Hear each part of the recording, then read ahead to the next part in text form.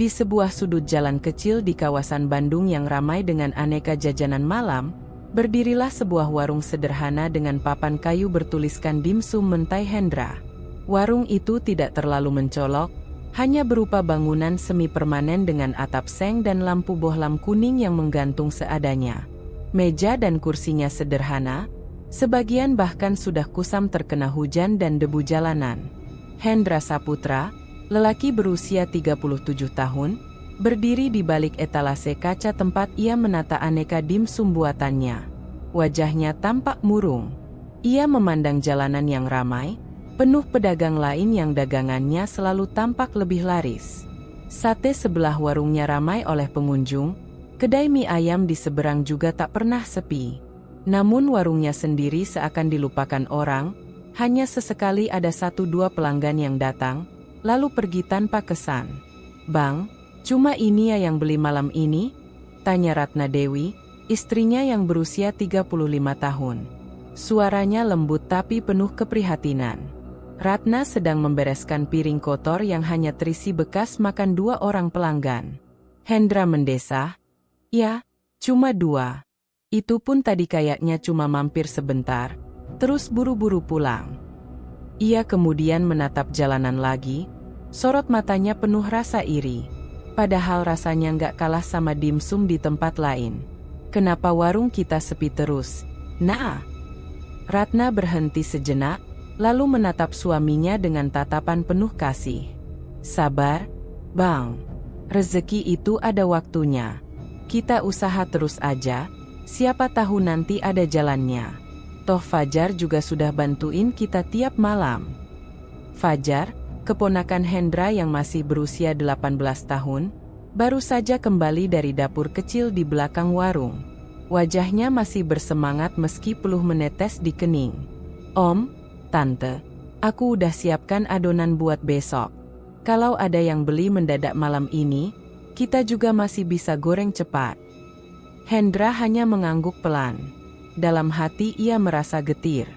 Semangat Fajar dan kesabaran Ratna seakan kontras dengan hatinya yang semakin lama semakin dipenuhi rasa frustasi.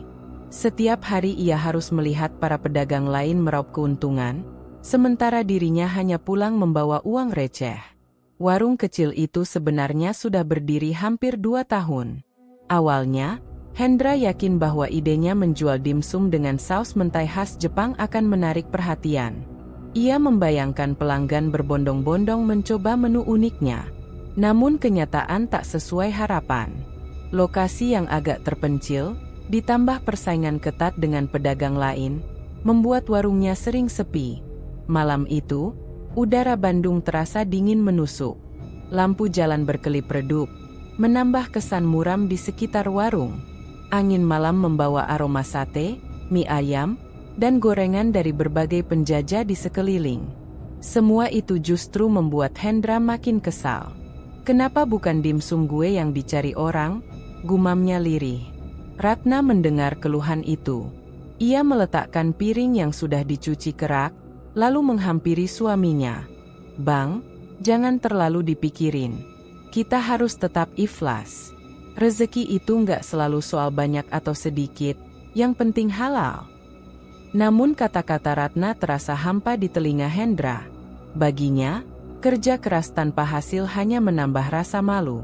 Apalagi ia sering mendengar ejekan halus dari tetangga sekitar, yang mengatakan warungnya tak akan bertahan lama. "Kalau terus begini, kita bisa bangkrut, Nah," kata Hendra dengan nada getir. "Aku capek lihat dagangan nggak laku." Fajar mencoba mencairkan suasana. "Om, kalau mau, kita bisa coba promo lewat media sosial. Aku bisa bantu bikin akun biar orang tahu ada dimsum enak di sini." Ratna tersenyum tipis mendengar semangat keponakannya, tapi Hendra justru terdiam lama. Ia merasa semua usulan sudah pernah dicoba, tapi hasilnya tetap sama. Dalam hati, ia menyimpan keinginan untuk mencari jalan lain, jalan yang lebih cepat, meski entah bagaimana caranya. Malam semakin larut. Jam dinding tua di sudut warung menunjukkan pukul 11. Jalanan mulai lengang, hanya tinggal beberapa pedagang yang masih buka. Hendra menghela napas panjang, lalu mematikan lampu etalase. Sudah, kita tutup saja. Nggak ada lagi yang datang. Mereka bertiga pun mulai berkemas. Fajar membersihkan meja, Ratna membereskan uang hasil penjualan yang jumlahnya tak seberapa, sementara Hendra mengunci etalase dengan wajah masam. Saat itu, angin malam tiba-tiba bertiup lebih kencang, membuat spanduk warung berderik keras. Ratna menoleh sekilas ke arah jalanan yang kosong. Dingin sekali malam ini, ucapnya lirih. Hendra tak menjawab. Ia menatap ke arah gelap di ujung jalan, tempat bayangan pohon besar berdiri. Entah mengapa, malam itu matanya seperti menangkap sosok samar yang berdiri di bawah pohon. Sekilas, bayangan itu tampak seperti seseorang yang sedang menatap ke arah warung mereka. Namun saat ia mengedipkan mata, sosok itu lenyap begitu saja. Bulu kuduk Hendra meremang. Ia mencoba menepis perasaan itu, berpikir mungkin hanya bayangan atau kelelahan. Tapi dalam hatinya, ada suara kecil yang berbisik, bahwa sesuatu akan datang, sesuatu yang bisa mengubah nasib warung kecil dimsum mentai ini, meski dengan harga yang mungkin tak pernah ia bayangkan sebelumnya. Malam itu berakhir dengan keheningan. Warung kecil mereka kembali gelap, menyisakan Hendra dengan pikiran yang semakin kacau, Ratna yang tetap berusaha tegar, dan Fajar yang belum tahu bahwa hidup mereka sebentar lagi akan berubah selamanya. Keesokan harinya, suasana warung tetap sama, sepi dan muram. Beberapa pelanggan lewat, tapi hanya melirik tanpa singgah. Hendra duduk di kursi plastik, menatap jalan dengan wajah letih. Di benaknya hanya ada satu pertanyaan yang terus menghantui. Sampai kapan keadaan ini bertahan? Sore itu, saat Hendra menutup warung lebih cepat dari biasanya, ia bertemu dengan seorang pria tua di jalan. Pria itu bernama Dharma, tetangga lamanya ketika ia masih tinggal di kampung. Rambutnya sudah memutih, wajahnya penuh keriput, namun sorot matanya tajam dan dalam. "Hendra," panggil pria itu sambil menepuk pundaknya. Hendra sempat terkejut. "Pak Dharma? Wah, sudah lama sekali nggak ketemu." Dharma tersenyum tipis. "Kudengar kamu buka warung di sini. Tapi kok kelihatannya sepi, ya?" Hendra merasa perih di hatinya, seakan luka lamanya tersentuh. Ia berusaha tersenyum, namun yang keluar hanya helaan napas berat. "Ya, Pak. Entah kenapa nggak seramai orang lain. Padahal aku sudah coba macam-macam cara." Dharma menatapnya lama, lalu mendekat. Suaranya menurun, hampir seperti bisikan. "Kalau usaha biasa nggak mempan, ada cara lain. Cara cepat. Tapi tentu saja, nggak semua orang berani." Kening Hendra berkerut. "Maksudnya?" Pria tua itu tak langsung menjawab. Ia menepuk bahu Hendra lagi, lalu berkata lirih, "Di daerah sini, ada orang pintar. Namanya Ki Jatmiko. Kalau kau benar-benar mau, dia bisa bikin warungmu laris, rezekimu deras. Tapi ada syaratnya." "Hendra, selalu ada syarat." Kata-kata itu bergaung di telinga Hendra. Ada rasa penasaran yang tumbuh, bercampur dengan ketakutan samar. Ia ingin bertanya lebih jauh, tapi Dharma sudah melangkah pergi, menghilang di keramaian jalan malam. Sepanjang perjalanan pulang, Hendra tak bisa mengusir kata-kata itu dari kepalanya. Cara cepat, orang pintar. Ki Jatmiko. Ia mencoba menepisnya, tapi rasa frustrasi jauh lebih besar daripada logika. Dalam hati kecilnya, ada dorongan kuat untuk mengetahui lebih jauh. Malam itu, Hendra sulit tidur. Ratna sudah terlelap di sampingnya, sementara ia hanya berbaring dengan mata terbuka menatap langit-langit kamar. Suara detak jam terdengar begitu keras di telinganya. Ia berguling, mencoba memejamkan mata, hingga akhirnya ia benar-benar tertidur, tapi tidurnya tidak tenang. Dalam mimpi, ia kembali berada di warung dimsumnya. Semua tampak normal pada awalnya, meja, kursi, dan etalase dengan dimsum yang ditata rapi. Tapi perlahan, suasana berubah. Lampu warung meredup, Bohlam berkelip seperti hampir mati. Dari dapur kecil di belakang, keluar asap hitam pekat, menyesaki ruangan. Hendra berjalan mendekat dengan rasa penasaran sekaligus takut. Bau gosong menusuk hidungnya, bercampur dengan aroma amis seperti darah. Ia membuka pintu dapur, dan seketika seluruh tubuhnya merinding. Panci-panci di atas kompor mendidih sendiri tanpa api. Dari dalamnya, keluar cairan hitam yang kental, mengalir ke lantai seperti darah beku. Asap semakin pekat, membentuk sosok-sosok samar. Ada yang menyerupai wajah manusia, ada pula yang seperti binatang, semuanya melengking dan berbisik tak jelas. Hendra terhuyung mundur. Ia ingin berteriak, tapi tenggorokannya kaku. Telinganya dipenuhi bisikan aneh. Kau ingin kaya? Kau ingin ramai? Datanglah padanya. Datanglah. Ia menutup telinga, tapi suara itu tetap menembus masuk. Lantai dapur tiba-tiba berubah menjadi hitam berkilat, seperti permukaan air yang dalam. Dari bawah, tangan-tangan pucat muncul, mencoba meraih kakinya. Jemari-jemari dingin itu menekan kuat, seolah menariknya masuk ke dalam kegelapan. Hendra berusaha melepaskan diri, tapi tubuhnya seperti lumpuh. Matanya memandang ke arah panci yang terus mendidih, dan dari sana muncul sosok samar menyerupai pria tua berjubah hitam. Wajahnya tak jelas, hanya terlihat senyum tipis yang menyeramkan. Sosok itu mengangkat telunjuk, lalu berbisik pelan, "Jangan lawan, ikutlah." Saat itulah, Hendra terbangun dengan napas terengah-engah. Keringat dingin membasahi seluruh tubuhnya, meski udara malam begitu dingin. Ratna masih tidur nyenyak, tak menyadari mimpi buruk yang baru saja dialaminya. Hendra duduk di tepi ranjang, menatap kosong ke lantai. Suara bisikan dalam mimpi itu masih jelas terngiang di telinganya. Datanglah padanya.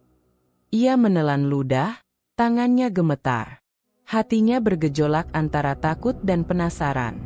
Apa benar kata Pak Dharma tadi sore? Apa mimpi ini pertanda? Hendra memejamkan mata, mencoba menenangkan diri. Tapi di dalam dirinya, perasaan goyah semakin kuat. Untuk pertama kalinya, ia benar-benar mempertimbangkan jalan pintas yang selama ini hanya ia dengar dari cerita orang. Jalan yang bisa membawa warungnya menjadi ramai, membawa kekayaan yang selama ini hanya bisa ia impikan, meski ada harga yang harus dibayar. Malam itu, tidur Hendra tak pernah lagi tenang. Setiap kali ia mencoba terlelap, bayangan asap hitam dan suara bisikan terus datang. Seakan mengajaknya masuk lebih dalam ke dunia yang tak pernah ia sentuh sebelumnya. Dan di balik ketakutannya, ada sebuah keinginan baru yang tumbuh, perlahan tapi pasti. Keinginan untuk tahu, seberapa jauh ia bisa melangkah demi kesuksesan. Pagi itu, Hendra tak lagi bisa menepis suara-suara yang terus menghantui pikirannya sejak malam sebelumnya. Kata-kata Pak Dharma dan mimpi yang menyeramkan seperti saling melengkapi, menuntunnya ke satu jalan. Ia harus menemui orang bernama Ki Jatmiko. Setelah berhari-hari merasa bimbang, akhirnya ia memberanikan diri. Ia berpura-pura pada Ratna bahwa ia akan membeli bahan ke pasar yang agak jauh. Ratna tidak menaruh curiga, hanya mengingatkan, "Jangan lupa pulang siang, dimsum harus disiapkan." Dengan hati yang gelisah, Hendra berjalan mengikuti arah yang pernah disebutkan Dharma. Rumah Ki Jatmiko berada di pinggiran kota Bandung, jauh dari hiruk-pikuk jalan utama. Jalan setapak yang dilaluinya semakin sempit, dipenuhi pohon bambu tinggi yang berderit ketika tertiup angin. Suasananya begitu sunyi, bahkan suara burung pun jarang terdengar. Akhirnya, ia sampai di depan sebuah rumah tua berdinding kayu gelap. Atapnya dipenuhi lumut, dan di terasnya tergantung puluhan sangkar kosong. Angin yang berhembus membuat pintu rumah itu berderit pelan, seolah mengundangnya masuk. Hendra menelan ludah, merasakan hawa dingin yang berbeda. Di dekat pintu, ada ukiran aneh menyerupai wajah manusia dengan mata kosong. Aroma dupa tercium samar, bercampur dengan bau tanah basah. Hendra merasakan bulu kuduknya berdiri, Tapi ia mengetuk pelan pintu itu. Tak lama kemudian, pintu terbuka. Muncul seorang pria tua berambut putih panjang, kulit keriput, namun sorot matanya begitu tajam seperti menembus isi kepala orang. Ia mengenakan kain hitam kusam, dengan kalung dari tulang-tulang kecil menggantung di lehernya. "Ah, jadi kau Hendra?" ucap pria itu dengan suara parau namun mantap. Hendra terkejut. "Bapak tahu nama saya." Ki Jatmiko tersenyum tipis. "Angin selalu membawa kabar. Masuklah." Hendra melangkah ragu ke dalam rumah. Suasananya gelap, hanya diterangi lampu minyak yang bergoyang tertiup angin. Di dinding tergantung topeng-topeng tua dengan ekspresi menyeramkan. Di pojok ruangan, ada kendi tanah liat besar yang tertutup kain merah. Sesekali terdengar bunyi ketukan dari dalamnya, seperti ada sesuatu yang bergerak. Mereka duduk berhadapan di lantai beralaskan tikar. Ki Jatmiko menyalakan dupa, asapnya melingkar ke udara, menambah kesan mencekam. "Anak muda," ujar Ki Jatmiko sambil menatap tajam, "kau datang dengan hati yang resah. Kau ingin daganganmu laris, bukan?" Hendra menunduk. "Iya, saya hanya ingin warung saya ramai, Ki. Saya sudah berusaha, tapi selalu kalah saing." Ki Jatmiko mengangguk pelan, seolah sudah mendengar pengakuan serupa ribuan kali. Dunia dagang itu kejam. Jika hanya mengandalkan kerja keras, kadang tak cukup. Ada jalan lain, jalan yang bisa membuka rezeki deras. Tapi, tentu saja, ada syaratnya. Hendra diam. Jantungnya berdegup kencang. Kata-kata itu mirip dengan yang didengarnya dalam mimpi. Ki Jatmiko mengangkat tangannya, dan seketika ruangan terasa semakin dingin. Dari dupa yang menyala, muncul asap pekat yang berputar-putar membentuk siluet wajah menyeramkan. Pesugihan yang kutawarkan akan membuat dimsum mentaimu selalu diburu pembeli. Orang-orang akan rela antre, bahkan ketika warung lain sepi. Uang akan datang padamu tanpa henti. Hendra menatap asap itu dengan mata terbelalak. Ada godaan besar yang menyelinap ke dalam dirinya. Ia bisa membayangkan warungnya penuh sesak, wajah Ratna tersenyum bahagia, dan Fajar tidak lagi murung. Tapi Ki Jatmiko melanjutkan dengan suara berat. "Namun, setiap janji ada syarat. Kau harus patuh, jika tidak, semua akan berbalik menjadi malapetaka." "Apa syaratnya, Ki?" tanya Hendra dengan suara bergetar. Ki Jatmiko menatap lurus ke matanya. "Syaratnya sederhana, tapi mutlak. Kau tidak boleh memakan daging apapun, pada malam Jumat. Selama kau taat, rezekimu tak akan berhenti. Namun sekali saja kau melanggar, maka bukan hanya warungmu yang hancur, hidupmu pun akan jadi santapan." Hendra terdiam. Aturan itu terdengar aneh, tapi juga menakutkan. Ia mencoba membayangkan, tidak makan daging pada malam Jumat, apakah itu sulit? Mungkin tidak. Tapi kata-kata hidupmu akan jadi santapan membuat tubuhnya bergetar. "Kenapa? Kenapa daging, Ki?" tanyanya lirih. Ki Jatmiko hanya tersenyum samar. "Ada rahasia yang tak perlu kau ketahui. Yang penting, taati. Jangan tanyakan hal yang bisa mengundang bahaya." Hendra menelan ludah. Bagian dari dirinya ingin segera menolak dan pergi. Tapi di sisi lain, ia sudah terlalu lama terjebak dalam keputusasaan. Bisikan dalam kepalanya berkata, "Ini kesempatan, jangan sia-siakan." Ki Jatmiko menggeser sebuah mangkuk tanah liat ke hadapan Hendra. Di dalamnya ada cairan hitam kental dengan bau menyengat. "Minumlah ini. Dengan begitu, perjanjianmu dimulai." Tangan Hendra gemetar ketika memegang mangkuk itu. Matanya menatap cairan yang berkilat di bawah cahaya lampu minyak. Bayangan masa depan berkelebat. Warung yang ramai, Ratna bahagia, Fajar bisa melanjutkan sekolah tanpa kekurangan. Ia mengangkat mangkuk itu, lalu berhenti sejenak. Ada keraguan di hatinya, sebuah suara kecil yang berteriak, "Jangan lakukan ini." Tapi suara itu kalah oleh bisikan lain yang lebih kuat, Ini satu-satunya jalan. Dengan napas berat, Hendra menutup mata dan meneguk cairan itu. Rasanya pahit, anyir, membuat perutnya mual. Begitu ia selesai, Ki Jatmiko tersenyum lebar, seolah melihat tumbal baru yang resmi masuk dalam lingkarannya. Mulai malam ini, jalanmu berbeda dari orang biasa, ujar Ki Jatmiko dengan nada yang terdengar seperti mantra. Ingat syaratku. Jangan pernah melanggar. Hendra duduk terdiam, tubuhnya dingin, pikirannya campur aduk. Ia tahu ia baru saja melangkah ke jalan yang tak bisa ia tarik kembali. Malam itu, Hendra berjalan mengikuti langkah Ki Jatmiko. Udara dingin menusuk tulang, bulan sabit menggantung rendah di langit, dan suara jangkrik beradu dengan desir angin malam. Jalan setapak yang mereka lalui dipenuhi rimbunan bambu yang tinggi menjulang, membuat cahaya bulan hanya menembus sedikit celah di atas kepala. Semakin jauh mereka masuk, semakin sunyi suasana. Sesekali terdengar bunyi batang bambu berderit, seolah ada sesuatu yang bergerak di antara rimbunnya. Hendra menelan ludah, tangannya gemetar, tetapi ia tak berani berhenti. Ki Jatmiko berjalan dengan mantap, seakan sudah hafal setiap lekukan jalan. Akhirnya mereka tiba di sebuah tanah lapang kecil di tengah hutan bambu. Di sana sudah tertata lingkaran batu hitam, dan di tengahnya terdapat tungku kecil dari tanah liat. Ki Jatmiko meletakkan buntalan kain hitam yang ia bawa, lalu mulai menyalakan dupa dan lilin merah.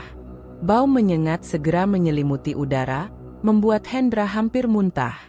Duduk di sana, perintah Ki Jatmiko dengan suara parau sambil menunjuk ke arah lingkaran batu. Hendra menurut. Ia duduk bersila, mencoba menenangkan dirinya, tapi perasaan mencekam semakin menguasai. Ki Jatmiko kemudian membuka buntalan kain hitam. Dari dalamnya, ia mengeluarkan beberapa benda aneh. Seekor burung gagak mati, sebilah pisau kecil berkarat, serta sebuah tulang berwarna hitam legam, panjangnya kira-kira sejengkal. Ini adalah awal perjanjianmu, kata Ki Jatmiko sambil mengangkat tulang itu tinggi-tinggi. Tulang ini bukan sembarang tulang. Ia pernah jadi milik makhluk yang tak lagi bisa kau bayangkan bentuknya. Selama kau menyimpannya, daganganmu akan diburu orang. Tapi ingat, kau harus menjaganya baik-baik. Jangan sampai hilang. Hendra menatap benda itu dengan ngeri. Tulang itu tampak berkilat samar, seakan menyerap cahaya lilin di sekitarnya. Ki Jatmiko mulai melantunkan mantra dengan bahasa yang tak dimengerti Hendra. Suaranya berat, kadang meninggi, kadang merendah, seperti bisikan angin yang bercampur dengan rintihan makhluk gaib. Tiba-tiba, udara di sekitar mereka menjadi lebih dingin.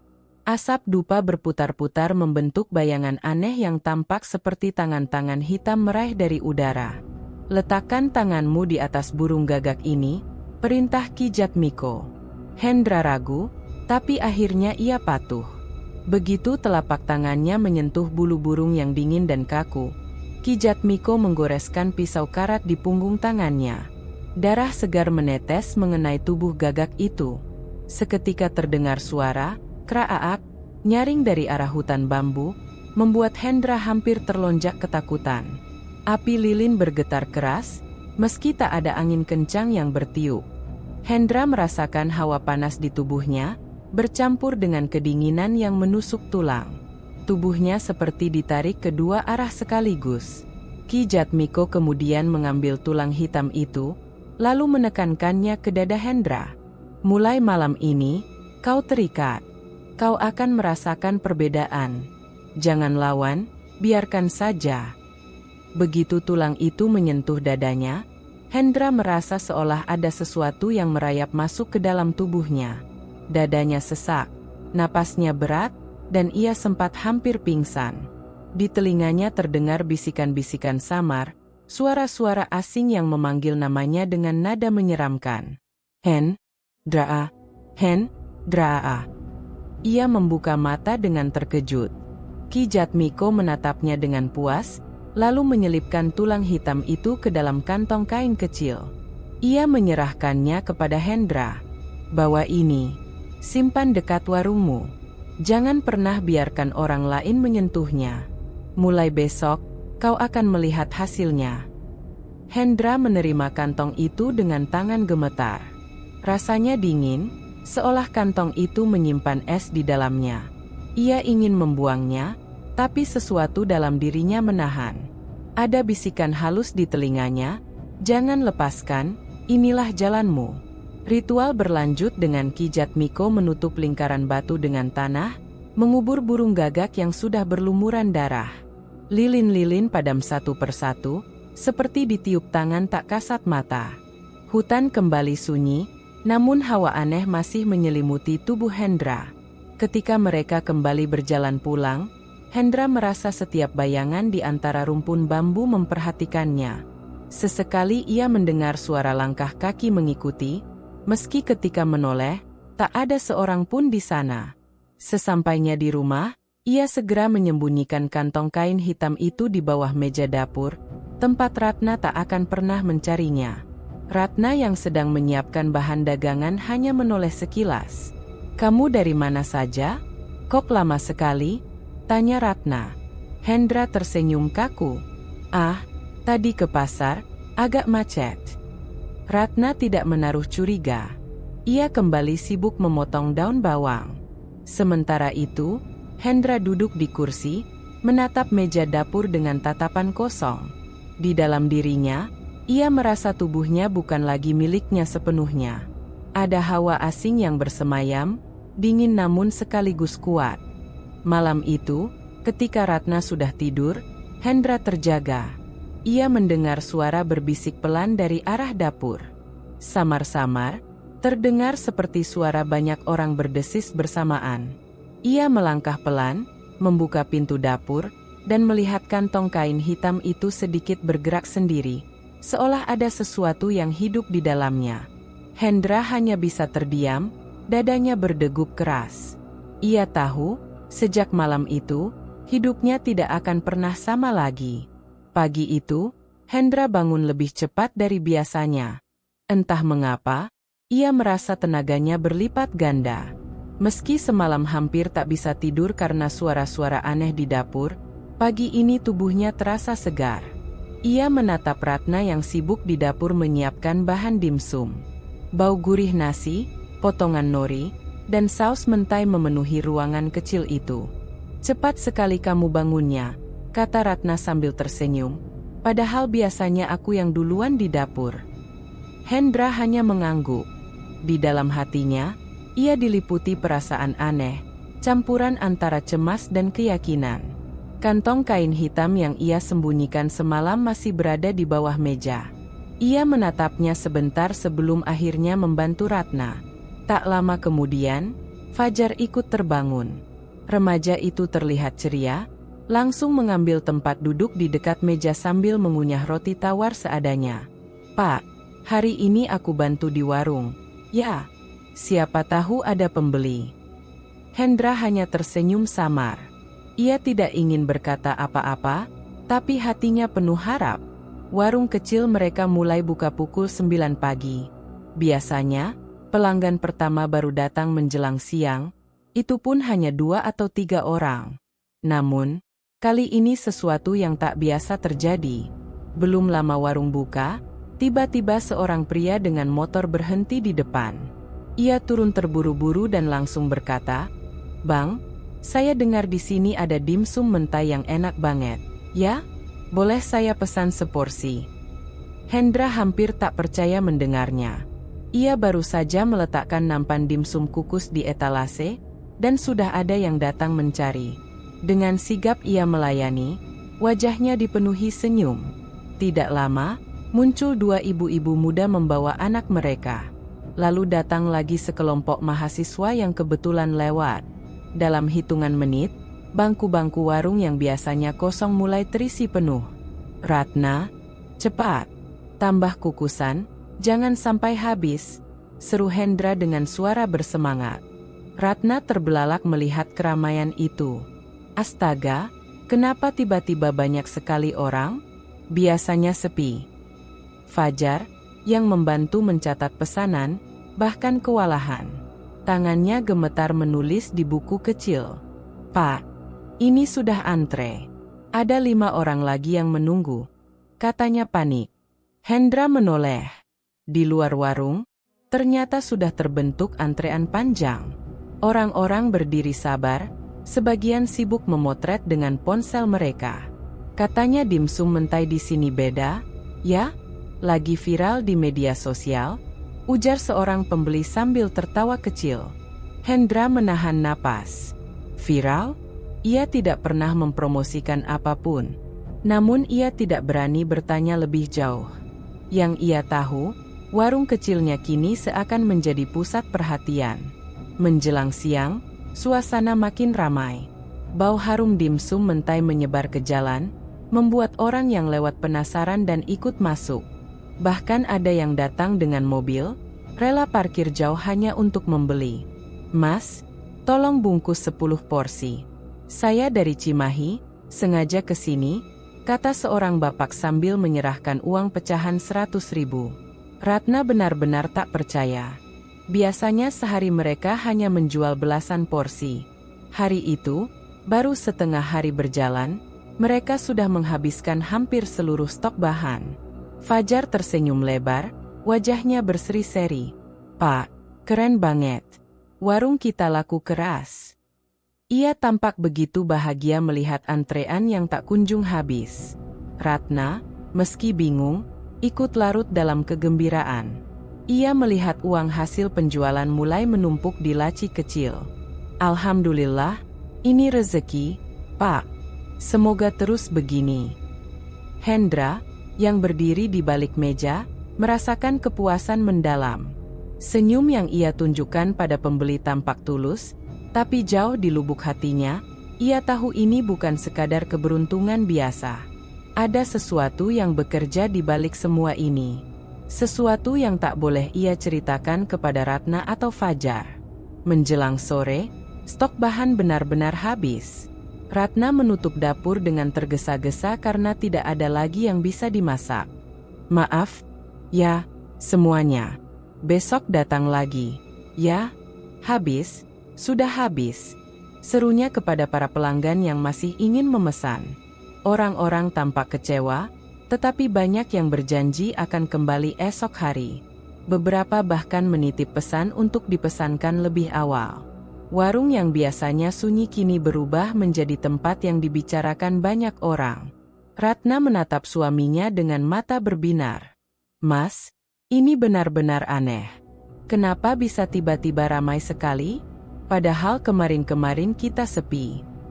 Hendra menatap istrinya, mencoba tersenyum wajar. "Mungkin memang waktunya. Mungkin usaha kita akhirnya mulai dilihat orang." Ratna mengangguk, menerima jawaban itu tanpa curiga. Ia hanya merasa lega karena perjuangan mereka tak sia-sia. Namun di dalam hati, Hendra mendengar bisikan samar, suara yang pernah ia dengar di hutan bambu. Bisikan itu bergaung lembut di telinganya. "Inilah awalnya, Hendra. Jangan berhenti. Kau sudah memilih jalan ini." Hendra merinding, tapi sekaligus merasa puas. Ia tahu hidup mereka akan berubah. Malam itu, ketika mereka menghitung hasil penjualan, jumlahnya jauh melebihi pendapatan sebulan penuh. Ratna menitikkan air mata haru, sedangkan Fajar sudah sibuk membayangkan apa yang bisa mereka beli dengan uang itu.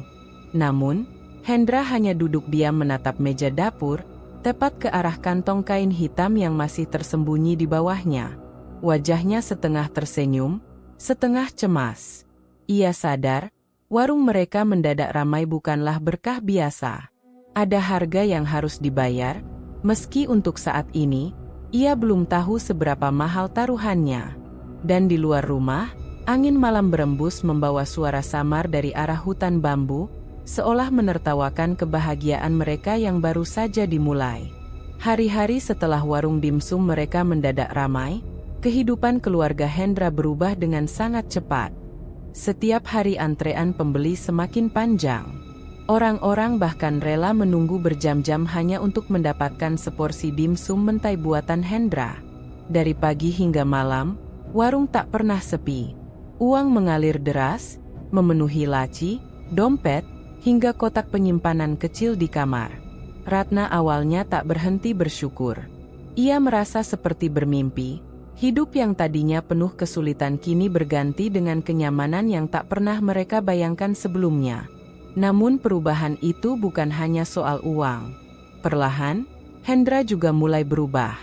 Suatu sore, Hendra pulang ke rumah dengan membawa motor baru berwarna hitam mengilap. Suara mesinnya meraung kencang saat ia memasukkannya ke halaman sempit rumah mereka. Ratna, yang sedang menjemur pakaian, menatap terkejut. "Mas, motor baru? Kamu beli dari mana?" tanyanya dengan nada penuh keheranan. Hendra tersenyum lebar, menepuk-nepuk setang motornya. "Dari hasil kerja keras kita, Ratna. Kenapa? Sekarang kita mampu, jadi kenapa tidak?"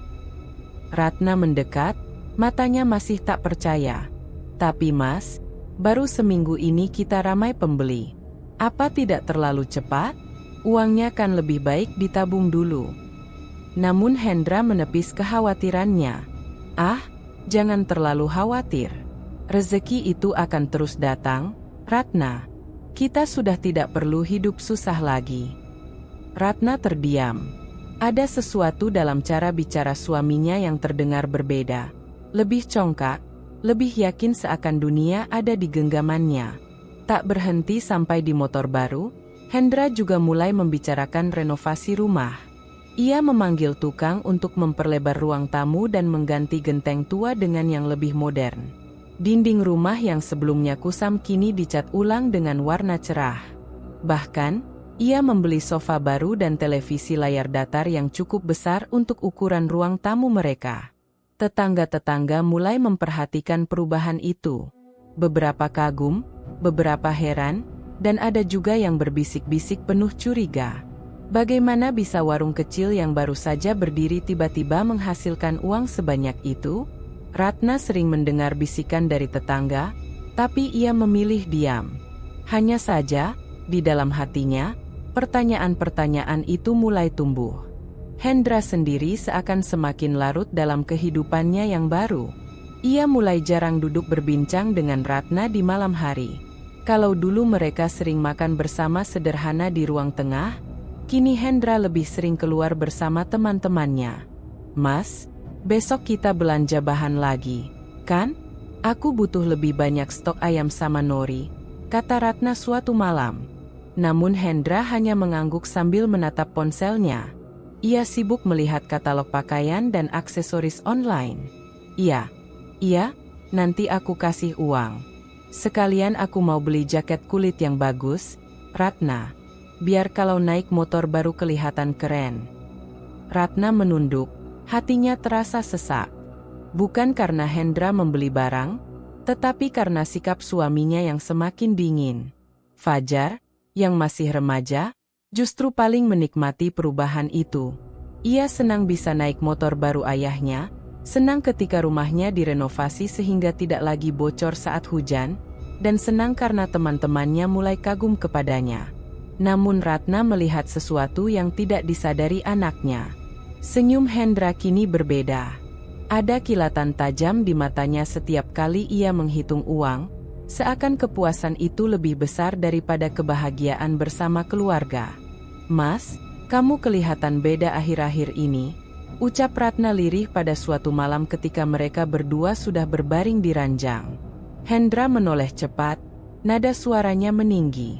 "Beda gimana? Aku hanya berusaha membuat hidup kita lebih baik, Ratna. Apa kamu tidak senang sekarang kita bisa hidup enak?" Ratna tercekat, tak berani melanjutkan. Ia hanya menatap langit-langit kamar, mendengarkan suara motor tetangga yang lewat di luar. Dalam hati kecilnya, ia merasakan keganjilan yang semakin jelas. Beberapa hari kemudian, Hendra membawa pulang emas untuk Ratna. Gelang dan kalung yang ia sodorkan membuat mata Ratna terbelalak. "Ini untukmu. Kamu harus tampil lebih cantik, Ratna. Jangan kalah sama istri-istri lain di kampung ini," ujar Hendra sambil terkekeh kecil. Ratna menerima, tapi hatinya semakin gelisah. Suaminya yang dulu sederhana, penuh rasa syukur, kini berubah menjadi seseorang yang haus pengakuan. Perubahan gaya hidup itu makin terasa ketika Hendra mulai membanggakan dirinya di depan orang lain. Ia sering berkata dengan lantang di warung, "Dimsum kita ini beda. Tidak ada yang bisa menandingi. Kalau mau rasa terbaik, datang ke sini saja." Orang-orang tertawa, sebagian ikut mengiyakan, tapi bagi Ratna, cara bicara suaminya semakin terdengar sombong. Malam itu, setelah warung tutup, Ratna duduk termenung di dapur. Ia mengingat kembali semua perubahan yang terjadi begitu cepat. Dari rumah yang dulu sederhana kini penuh barang baru. Dari suami yang dulu hangat kini menjadi dingin dan penuh gengsi. Ia menatap pintu lemari kecil di sudut dapur, tempat Hendra sering menyimpan sesuatu yang tidak pernah ia buka.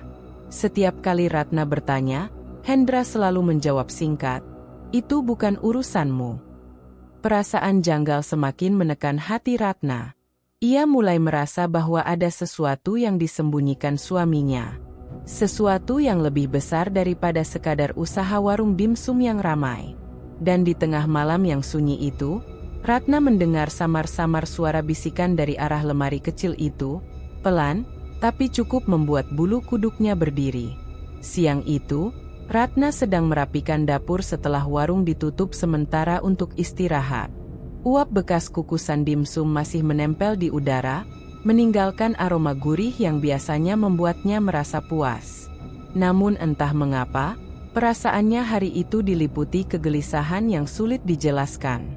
Saat membersihkan lemari kayu di sudut dapur, lemari yang jarang sekali disentuhnya, Ratna menemukan sebuah kantong kain kecil berwarna hitam, terselip rapi di antara tumpukan peralatan masak lama.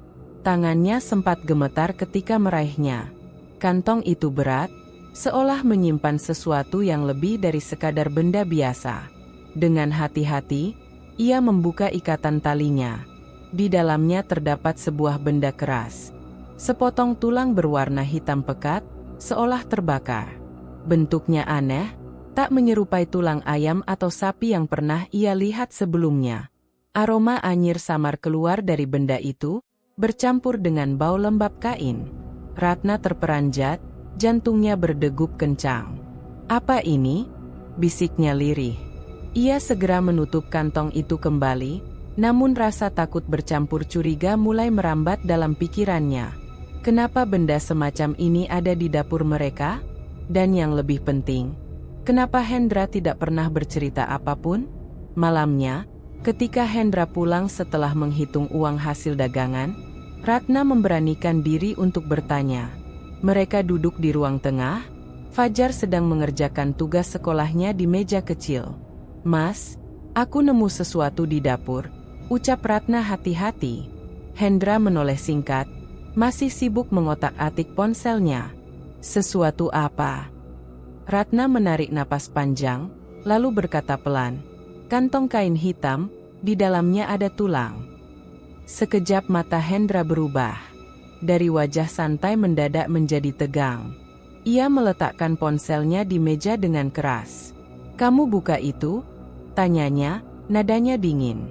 Ratna mengangguk, meski dengan ragu. "Aku hanya ingin tahu, itu apa, Mas? Kenapa disimpan di dapur?" Hendra berdiri, langkahnya terdengar berat menghentak lantai. "Itu urusanku, Ratna. Kamu tidak perlu ikut campur." Suasana mendadak terasa kaku. Fajar berhenti menulis dan menoleh ke arah mereka, merasakan ketegangan yang kental di udara. Ratna memberanikan diri. "Tapi Mas, aku takut. Itu benda aneh. Apa jangan-jangan Mas terlibat sesuatu yang tidak benar?" Hendra menatap Ratna dengan mata tajam, seakan kata-kata istrinya telah menyinggung harga dirinya. "Jangan asal bicara, Ratna. Semua ini untuk kebaikan keluarga kita. Kalau kamu tidak mau hidup susah lagi, jangan banyak tanya." Ratna terdiam, merasa dadanya sesak. Suaranya bergetar saat ia menjawab, "Tapi aku istrimu, Mas. Aku berhak tahu. Jangan membuatku seperti orang asing di rumah ini." Pertengkaran itu membuat Fajar semakin bingung. Ia menatap bergantian antara ayah dan ibunya. Ayah, ibu, kenapa ribut? Bukannya kita harus senang sekarang? Dagangan kita laris, kan? Hendra menoleh pada anaknya, nada suaranya melembut sedikit. Tidak apa-apa, Fajar. Ibu hanya terlalu banyak berpikir. Namun Ratna tahu, kata-kata itu bukan penjelasan, melainkan cara Hendra menghindar. Ia menatap anaknya, lalu menunduk, tak ingin membuat suasana semakin panas di depan Fajar. Malam itu Ratna tidak bisa tidur. Kata-kata Hendra terus bergema di kepalanya. Semua ini untuk kebaikan keluarga kita. Ia berguling di ranjang, menatap punggung suaminya yang membelakanginya. Perasaan curiga itu semakin kuat. Benarkah semua rezeki yang datang tiba-tiba ini murni hasil kerja keras? Ataukah ada kekuatan lain yang bermain di baliknya? Ratna teringat pada kantong hitam yang ia temukan. Ia merasa benda itu seolah menatapnya balik, meski tak memiliki mata. Seperti ada energi gelap yang menyelubungi rumah mereka. Beberapa hari kemudian, perubahan sikap Hendra semakin terasa. Ia lebih cepat tersulut emosi, bahkan untuk hal kecil. Suatu sore, ketika Ratna lupa menaruh bumbu yang ia pesan, Hendra langsung memarahi dengan suara keras. "Kamu ini gimana sih, Ratna? Hal kecil saja tidak becus." Ratna hanya bisa menunduk, menahan air mata. Di sudut ruangan, Fajar menyaksikan semuanya. Anak itu mulai merasakan ada sesuatu yang tidak beres. Ayahnya yang dulu sabar kini berubah menjadi mudah marah, dan ibunya terlihat semakin murung. Malamnya, Fajar mendekati ibunya. "Bu, kenapa ayah marah terus sekarang?" tanyanya polos. Ratna mengelus kepala anaknya dengan lembut. "Ayah sedang banyak pikiran. Nak, kamu jangan ikut pusing." Namun jauh di dalam hatinya, Ratna tahu bahwa jawabannya hanyalah penutup. Kenyataan yang sebenarnya jauh lebih menakutkan. Ketegangan rumah tangga itu semakin sering terjadi. Ratna merasa terjebak di antara ketakutannya pada benda hitam itu dan kecintaannya pada keluarga. Ia ingin bertanya lebih jauh pada Hendra, tapi setiap kali mencoba, ia hanya mendapat tatapan dingin atau kemarahan. Sementara itu, Fajar menjadi semakin pendiam. Anak itu tak lagi seceria dulu. Ia sering duduk termenung di kamar, menatap kosong, seakan menyimpan pertanyaan yang tak berani ia ungkapkan. Dalam kesunyian malam, Ratna tahu sesuatu sedang berubah di dalam rumah mereka. Bukan hanya soal uang dan kemewahan, melainkan ada bayangan gelap yang perlahan merasuki keluarga kecil itu. Dan semua bermula dari jimat hitam yang kini terus menghantui pikirannya. Malam itu udara Bandung terasa lebih dingin dari biasanya. Angin malam berhembus dari celah jendela, membawa aroma tanah basah setelah hujan sore tadi. Di ruang tengah, Hendra duduk di depan televisi yang menyala tanpa benar-benar ia perhatikan. Suara acara komedi yang biasanya membuatnya tertawa kini hanya menjadi latar kosong bagi pikirannya yang gelisah. Hari itu warung dimsumnya kembali laris. Uang menumpuk di laci, dan Hendra sempat merasa puas. Namun, semakin malam, ada kegelisahan yang menggerogoti. Ia tidak tahu persis apa, hanya saja dadanya sesak seolah ada beban yang terus menekan. Tak lama kemudian, tetangga sebelah rumah yang baru pulang dari arisan mampir. Ia membawa sebungkus sate daging sapi yang masih hangat. Aromanya harum menusuk hidung. "Mas Hendra, ini sate lebihannya, sayang kalau kebuang. Ambil aja ya buat cemilan malam." Hendra tersenyum, menerima bungkusan itu dengan tangan ringan. "Wah, terima kasih, Bu. Kebetulan saya memang belum makan malam." Begitu pintu tertutup, aroma sate langsung memenuhi ruang tamu. Bumbu kacang yang kental dan manis berpadu dengan daging bakar yang masih mengepulkan asap. Hendra menelan ludah, perutnya tiba-tiba terasa kosong. Ia duduk di meja makan, membuka bungkusan itu perlahan. 5 tusuk sate masih menempel rapi, ditaburi bawang goreng yang renyah. Tangannya sudah bergerak mengambil sebatang tusuk, hampir tanpa sadar. Namun saat ujung daging itu menyentuh bibirnya, sebuah rasa panas menjalar tiba-tiba dari tenggorokan ke seluruh tubuh. Panas itu bukan seperti kepedasan cabai, melainkan seperti bara api yang dituang ke dalam darah. Hendra terbatuk keras, menjatuhkan sate ke piring. Tubuhnya mendadak gemetar, keringat dingin bercucuran meski udara begitu sejuk. "Ah, apa ini?" desisnya, terengah. Dalam kepanikan, otaknya berusaha mencari jawaban. Dan saat itulah ia teringat perkataan Ki Jatmiko saat ritual di hutan bambu. "Ingat baik-baik, Hendra. Malam Jumat adalah pantanganmu. Jangan pernah menyentuh daging. Sekali kau melanggar, tubuhmu sendiri yang akan menanggung akibatnya." Jantung Hendra berdegup kencang, seperti hendak meloncat keluar dari dadanya. Ia memandang tusuk sate itu dengan ngeri, seakan-akan bukan lagi makanan biasa, melainkan racun mematikan yang siap membinasakannya. Dengan tergesa, ia menyambar bungkusan sate itu dan berlari ke dapur. Nafasnya berat, dada terasa terbakar. Ia membuka tempat sampah dan langsung membuang semua sate beserta tusuknya tanpa pikir panjang. Bau sate yang semula menggoda kini terasa mual baginya. Setelah itu, ia berpegangan pada meja dapur, berusaha mengatur napas. Perlahan panas yang tadi membakar tubuhnya mereda, digantikan dengan dingin menusuk yang membuat bulu kuduknya berdiri. Di cermin kecil dekat dapur, ia melihat wajahnya sendiri. Pucat, basah oleh keringat, mata merah seperti habis begadang berhari-hari. Ia menatap pantulan dirinya dengan rasa takut yang tak bisa ia sembunyikan. "Tidak main-main," gumamnya lirih. "Pantangan ini benar-benar nyata." Ratna yang sedang menidurkan Fajar di kamar mendengar suara gaduh dari dapur. Ia keluar dengan wajah heran. "Mas, kenapa? Ada apa ribut-ribut?" Hendra buru-buru mengusap wajahnya dengan tangan, mencoba menormalkan ekspresi. "Ah, enggak apa-apa, Ratna. Tadi aku enggak sengaja jatuhin makanan." Ratna menatapnya curiga. Namun karena Fajar baru saja terlelap, ia memilih tidak memperpanjang. "Ya sudah, jangan bikin berisik.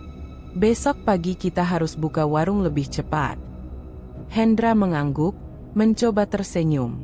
Namun setelah istrinya kembali ke kamar, senyum itu lenyap, berganti dengan wajah panik. Ia duduk di kursi dapur, kedua tangannya menutup wajah. Bayangan Ki Jatmiko kembali muncul dalam pikirannya, bersama dengan peringatan yang kini terasa seperti kutukan. Pantangan itu adalah garis batas yang tidak boleh ia sentuh, sekalipun hanya setetes. Malam semakin larut. Televisi di ruang tengah masih menyala, tapi Hendra tidak lagi memperhatikannya. Ia hanya duduk, memeluk tubuh sendiri, sesekali menggigil. Bayangan tadi, ketika tubuhnya hampir meledak karena sate, terus menghantui. Ia membayangkan, bagaimana jika tadi ia menelan sepotong daging, mungkin ia sudah terkapar di lantai, atau lebih buruk lagi, mati dengan cara mengerikan. Ketakutan itu menancap dalam. Untuk pertama kalinya sejak ia melakukan ritual, Hendra benar-benar sadar bahwa apa yang ia jalani bukan sekadar perjanjian biasa. Ada konsekuensi nyata, dan Ki Jatmiko tidak berbohong. Ia mendongak menatap langit-langit rumah, matanya merah. Dalam hati ia berjanji, pantangan itu tidak akan pernah ia langgar lagi. Sebab sekali saja ia lengah, bukan hanya dirinya yang bisa binasa, melainkan mungkin keluarganya juga akan ikut terseret. Malam Jumat itu menjadi malam pertama Hendra merasakan bagaimana godaan bisa hampir menghancurkan segalanya. Dan sejak saat itu, setiap kali bau daging tercium di malam pantangan, bukan rasa lapar yang muncul, melainkan rasa ngeri yang membuat tengkuknya dingin. Siang itu, warung dimsum mentai Hendra kembali penuh sesak. Antrian pembeli mengular hingga keluar, bahkan menutupi sebagian trotoar. Bau wangi dimsum yang mengepul dari kukusan besar bercampur dengan suara orang bercakap-cakap, klakson motor yang terjebat, serta suara uang koin yang jatuh ke meja kasir. Suasana hiruk-pikuk itu seharusnya membuat semua orang senang. Tapi bagi Fajar, ada sesuatu yang terasa aneh. Sejak pagi, ia sudah memperhatikan wajah beberapa pelanggan yang masuk. Sebagian terlihat normal, orang-orang dari berbagai daerah, ada yang bahkan baru pertama kali datang. Namun, ketika siang semakin panas, mata Fajar menangkap sosok yang berbeda. Seorang laki-laki tinggi kurus melangkah masuk, bajunya lusuh seperti orang yang baru saja bangun tidur. Rambutnya acak-acakan, dan yang paling membuat Fajar merinding adalah wajahnya. Kulitnya pucat pasi, lebih pucat dari orang sakit sekalipun, dan matanya kosong tanpa cahaya. Fajar yang berdiri di dekat meja kasir tertegun, bulu kuduknya berdiri. Sosok itu berjalan pelan menuju meja paling pojok, duduk tanpa mengucapkan sepatah kata. Anehnya, meski kursi lain penuh, orang-orang tidak terlihat terganggu atau bahkan memperhatikan kehadirannya. Seolah hanya Fajar yang benar-benar melihat wujud pelanggan itu. Hendra dengan sigap melayani pembeli lain, tidak menunjukkan tanda-tanda menyadari sesuatu yang janggal. Ratna sibuk di dapur, mengawasi kukusan dan menyiapkan piring-piring. Fajar jadi semakin gelisah karena ia merasa sendirian menghadapi pemandangan itu. Sosok pucat itu kemudian memandang ke arahnya. Tatapannya menusuk, dingin, seperti menembus kulit dan tulang. Fajar menahan napas, merasakan hawa dingin aneh yang tiba-tiba melingkupi tubuhnya. Padahal ruangan penuh dengan asap panas kukusan, tetapi di sekitar pelanggan itu, udara justru terasa beku.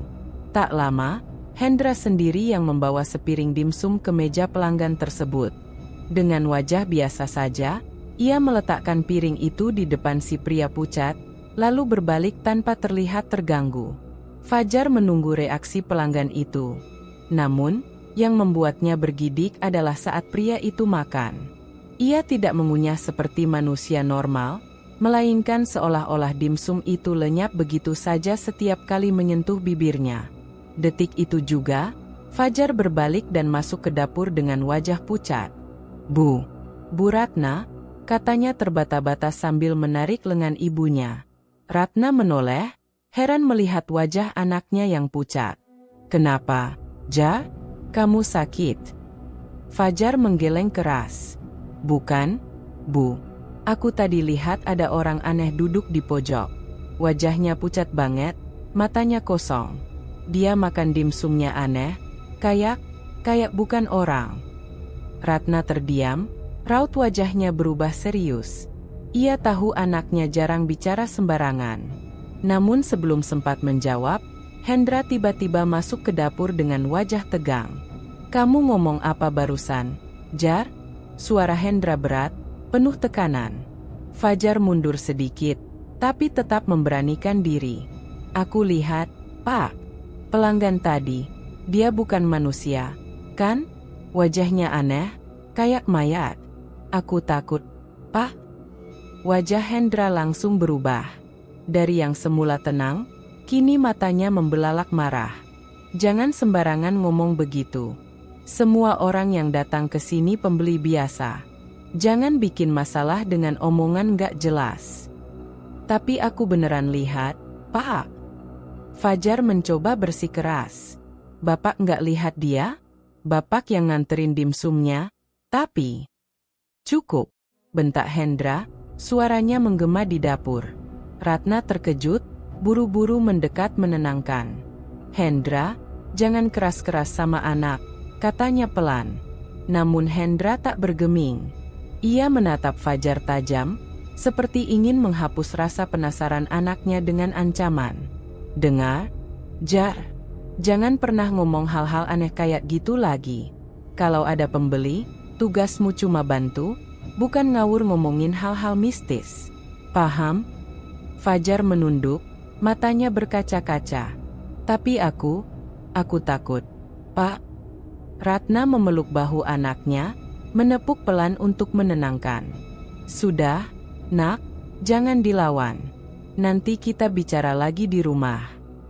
Hendra mendengus, lalu kembali keluar, meninggalkan mereka dengan aura tegang yang belum mereda. Sore harinya, setelah warung tutup, Ratna duduk bersama Fajar di kamar. Anak itu masih ketakutan, bayangan wajah pucat si pelanggan terus menempel di benaknya. "Bu, aku nggak bohong.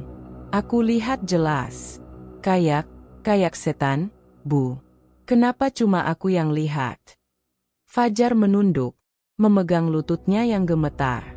Ratna terdiam lama. Dalam hatinya, ia sebenarnya juga sudah lama curiga dengan perubahan yang terjadi sejak warung mendadak ramai. Namun ia tidak berani mengungkapkan pada Fajar, apalagi melawan Hendra. Ia hanya bisa mengelus rambut anaknya. "Aku percaya sama kamu, Nak," katanya lirih. "Tapi untuk sementara, jangan bilang apa-apa lagi ke bapakmu. Dia pasti marah." Fajar mengangguk pelan, meski rasa takut belum hilang. Dalam hati ia bertekad, mulai hari itu ia akan lebih banyak memperhatikan setiap kejadian di warung.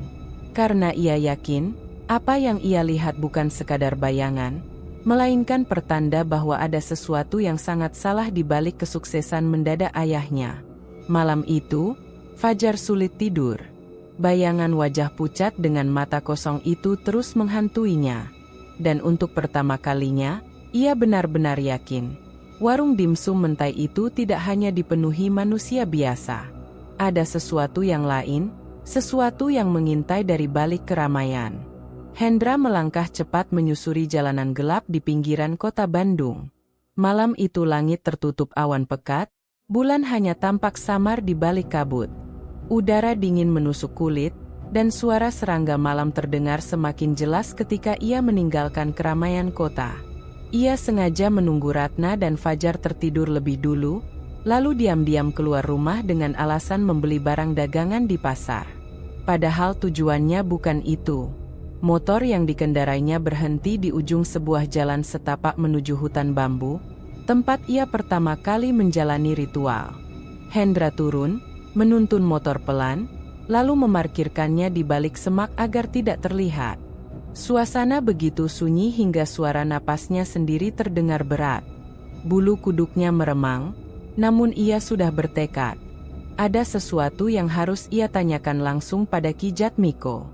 Setelah beberapa menit berjalan di jalan setapak yang gelap, cahaya temaram dari obor kecil tampak di kejauhan. Di sanalah Ki Jatmiko sudah menunggu, duduk bersila di atas tikar anyaman bambu. Wajahnya yang keriput tampak lebih menyeramkan di bawah cahaya obor yang bergoyang ditiup angin. "Datang juga kau, Hendra?" Suara Ki Jatmiko parau, dalam, namun jelas terdengar. Hendra menunduk memberi hormat. "Maaf, Ki. Saya datang malam-malam begini. Ada hal yang ingin saya pastikan." Ki Jatmiko mengangguk pelan. "Duduklah." Hendra duduk bersila, namun jantungnya berdetak kencang. Hawa di sekitar terasa berbeda. Semakin ia dekat dengan Ki Jatmiko, semakin berat dadanya, seolah ada tekanan yang tak kasat mata menindih. "Bagaimana usahamu?" tanya Ki Jatmiko, menatap lurus ke arah Hendra. "Alhamdulillah, ramai, Ki. Warung penuh setiap hari. Saya tak menyangka bisa sebesar ini dalam waktu singkat." Suara Hendra terdengar bergetar, ada rasa bangga sekaligus takut. Ki Jatmiko menyipitkan mata, bibirnya melengkung tipis. "Itu bukan keberuntungan. Itu bagian dari janji yang kau terima. Tapi ingat, setiap janji ada bayarnya. Kau masih ingat pantangan yang kuberitahukan?" Hendra menelan ludah. "Ingat, Ki. Tidak boleh menyentuh daging sate setiap malam Jumat." "Bagus." Ki Jatmiko mengetuk tanah dengan tongkat kayu di sampingnya. "Itu pantangan yang harus kau pegang mati-matian. Sekali kau melanggar, tubuhmu sendiri yang akan jadi taruhannya. Kau sudah merasakannya ketika hampir lupa, bukan?" Mata Hendra melebar. Ia teringat jelas panas membakar tubuhnya malam itu ketika hampir saja memakan sate. Ia mengangguk cepat. "Iya, Ki. Saya tak akan ulangi lagi. Saya janji." Ki Jatmiko menghela napas panjang, lalu suaranya semakin pelan namun penuh tekanan. Selain pantangan itu, ada syarat baru yang harus kau lakukan jika ingin tetap dalam lindungan. Setiap bulan, pada malam purnama, kau harus membawa sesajen seekor ayam hitam. Tidak boleh ayam lain, harus ayam hitam legam. Kau tahu kenapa? Hendra menggeleng pelan, wajahnya tegang. Karena ayam hitam adalah lambang pengikat perjanjian dengan makhluk penunggu hutan ini. Darahnya akan jadi penebus, agar jalan rezekimu tetap terbuka. Jika kau lalai, usahamu akan hancur, bahkan nyawamu dan keluargamu bisa jadi gantinya. Kata-kata itu membuat tengkuk Hendra basah oleh keringat dingin. Ia menunduk dalam, rasa takut bercampur dengan rasa ketergantungan. Ia tahu, warungnya kini tak mungkin dilepaskan begitu saja dari pesugihan ini. Ki, suaranya bergetar. Apakah benar tidak ada jalan kembali? Ki Jatmiko terkekeh, suaranya serupa derit pintu tua. Jalan kembali selalu ada, Hendra. Tapi setiap jalan ada harga. Kau sudah menikmati hasilnya, maka kau juga harus siap menerima bebannya. Ingat, semakin kau kaya, semakin kuat ikatanmu dengan mereka. Hendra menutup wajah dengan kedua tangannya sebentar. Ia teringat motor barunya, renovasi rumah yang membuat tetangga iri, serta warung yang tak pernah sepi. Semua itu bagaikan mimpi yang jadi kenyataan, tapi di baliknya ada bayangan hitam yang selalu menuntut. Ki Jatmiko berdiri perlahan, tongkatnya menancap kuat di tanah. Mulai bulan depan, bawalah ayam hitam itu ke tempat ini. Aku akan memimpin ritualnya. Kau hanya perlu taat, maka rezekimu akan terus mengalir. Ingat, jangan pernah terlambat. Sesajen yang tertunda bisa membawa celaka. Hendra ikut bangkit, tubuhnya terasa lemas. Ia menunduk, suaranya nyaris tak terdengar. Saya akan patuh.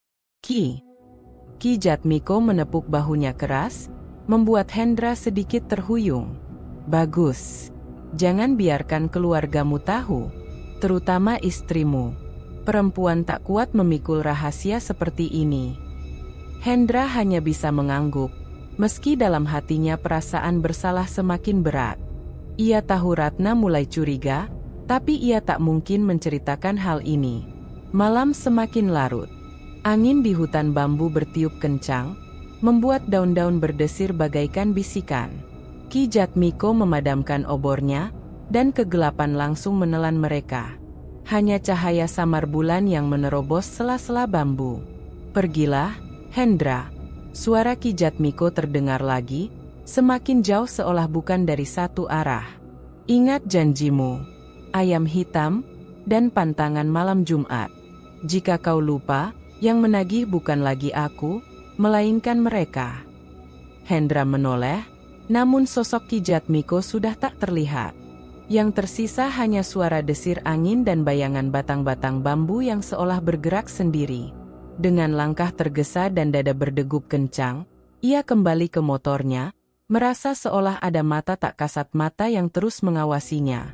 Dalam perjalanan pulang, pikirannya terus diliputi kecemasan. Ia semakin sadar, pesugihan ini bukan sekadar perjanjian biasa. Ia kini terikat, semakin dalam, dan tak mungkin lagi melepaskan diri tanpa konsekuensi mengerikan. Hendra duduk di kursi plastik warungnya yang kini semakin ramai. Aroma dimsum mentai yang mengepul dari kukusan, tawa pelanggan, dan suara sendok garpu beradu membuat suasana penuh hiruk-pikuk. Semua itu adalah pemandangan yang dulu hanya bisa ia impikan. Kini, omset warung setiap malam bisa mencapai jutaan rupiah. Namun, alih-alih merasa cukup, justru api keserakahan mulai membakar pikirannya. Kalau begini terus, aku bisa buka cabang di Dago atau mungkin di Cimahi, gumamnya lirih sambil menghitung uang di dalam kotak kasir. Tangannya bergetar, bukan karena lelah, tapi karena bayangan keuntungan yang lebih besar terus berkelebat di kepalanya. Ratna, yang berdiri di dapur sambil mencuci piring, mendengar lirih suaminya. Ia menoleh dengan wajah penuh kelelahan. Cabang lagi, Mas? Warung ini saja sudah cukup melelahkan. Kita berdua nyaris tak punya waktu bicara, apalagi untuk keluarga." Hendra menatapnya dengan mata menyala penuh ambisi. "Ratna, kau tidak mengerti. Ini kesempatan emas. Kalau aku tak ambil sekarang, orang lain akan lebih dulu melakukannya. Dimsum ini sudah terkenal, pelanggan selalu penuh. Kalau buka cabang, uang kita akan berlipat-lipat." Ratna menghela napas panjang. "Mas, aku sudah lihat sendiri perubahanmu sejak warung ini ramai. Kau jadi lebih sering marah, lebih keras kepala. Aku takut, Mas. Rasanya rumah kita tidak lagi sama. Dulu kita sederhana, tapi tenang. Sekarang penuh tekanan." Ucapan itu membuat wajah Hendra mengeras. "Aku melakukan ini semua untuk kalian. Untukmu, untuk Fajar. Supaya hidup kita tidak miskin lagi, supaya anak kita bisa sekolah tinggi." Ratna hanya diam, matanya berkaca-kaca. Ia ingin berteriak, ingin mengatakan bahwa ia tahu ada sesuatu yang tidak beres, bahwa keberhasilan warung ini bukan murni usaha biasa. Tapi lidahnya keluh. Bayangan jimat hitam yang ia temukan di dapur beberapa waktu lalu masih menghantui pikirannya.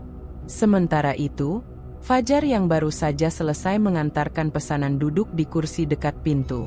Wajahnya tampak muram. Ia memandang para pelanggan yang tertawa dan menikmati makanan seolah tak ada yang salah. Namun, hatinya gelisah. Entah kenapa, ia merasa warung ini kini memiliki suasana yang berbeda. Semakin ramai, semakin berat pula udara yang ia hirup. "Ayah," Fajar akhirnya bersuara. "Aku nggak enak kerja di sini. Rasanya seperti ada yang ngawasin kita terus." Hendra menoleh tajam. "Omong kosong apa lagi ini? Kau terlalu banyak berhayal. Fokus saja bantu ayahmu. Jangan bikin ribut." Fajar terdiam. Ia ingin menjelaskan tentang pelanggan pucat yang pernah ia lihat, tentang energi aneh yang kerap ia rasakan di warung ini. Namun, ia tahu ayahnya takkan mau mendengar. Setiap kali ia mencoba bicara, yang didapat hanya bentakan. Ratna mendekat, menepuk bahu anaknya pelan. "Sudahlah, Nak. Pergi istirahat saja." Suaranya lembut, namun ada getaran ketakutan di dalamnya. Ia tahu Fajar mulai ikut terseret dalam lingkaran gelap yang dibangun suaminya. Hendra, seakan tak peduli dengan perasaan istri dan anaknya, kembali menekuni buku catatan usahanya. Malam itu, setelah warung tutup, ia duduk di ruang tamu dengan setumpuk kertas perhitungan dan brosur tempat sewa ruko. Matanya berbinar penuh rencana.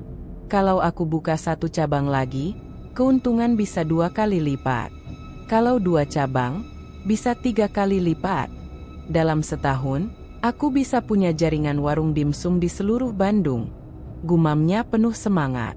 Namun di balik ambisinya, ia tahu ada syarat yang harus terus ia penuhi. Malam itu juga, Hendra diam-diam keluar rumah, membawa sebuah kotak berisi ayam hitam yang sudah ia beli di pasar siang tadi. Ia melangkah menuju jalan setapak yang sama, menuju tempat Ki Jatmiko biasa menunggunya. Di tengah hening malam, suara ayam berkokok lirih dari dalam kotak, bercampur dengan desir angin yang dingin menusuk. Jantung Hendra berdegup keras, tapi wajahnya menegang penuh tekad. Ia tahu, tanpa ritual ini, semua rencananya hanya akan hancur. Setelah sesajen ayam hitam itu diserahkan, Hendra pulang dengan hati lebih ringan, meski tubuhnya terasa lelah. Ada rasa lega setiap kali ia menuruti ritual, seolah tali tak kasat mata yang mengikat usahanya kembali diperkuat. Baginya, semua itu hanya bagian kecil dari harga yang harus dibayar untuk sebuah kesuksesan besar. Namun, di rumah, Ratna duduk terjaga di kamar dengan mata kosong. Ia mendengar pintu depan terbuka dan ditutup kembali. Ia tahu suaminya baru saja pergi entah kemana lagi. Hatinya semakin jauh, rasa cintanya pada Hendra perlahan digerogoti rasa takut dan benci. Fajar pun semakin terasing. Ia tak lagi menikmati bekerja di warung, tapi juga tak bisa menolak ayahnya. Setiap malam ia merasakan ada sesuatu yang kelam mengelilingi mereka, sesuatu yang tak bisa ia jelaskan dengan kata-kata. Sementara itu, Hendra, buta oleh ambisi, tak melihat bagaimana keluarganya mulai retak. Baginya, yang terpenting hanyalah menjaga aliran rezeki tetap deras. Meski harus terus menuruti perintah Ki Jatmiko dan para makhluk yang bersembunyi di balik kegelapan. Dan malam itu, untuk pertama kalinya, ia benar-benar yakin. Ia takkan berhenti hanya dengan satu warung. Malam itu Bandung diguyur hujan rintik. Lampu jalan yang remang membuat suasana terasa sendu. Hendra, yang biasanya pulang langsung ke rumah setelah warung tutup, kali ini berjalan ke sebuah warung tenda di pinggir jalan. Di sana, beberapa temannya dari masa lalu sudah menunggu. Mereka adalah kawan lama yang dulu sering minum bersama sebelum hidupnya berubah setelah warung dimsum mentai sukses. Henga, wah, lama nggak nongkrong bareng, sekarang udah jadi juragan dimsum ya? Seru salah seorang temannya sambil menepuk bahu Hendra.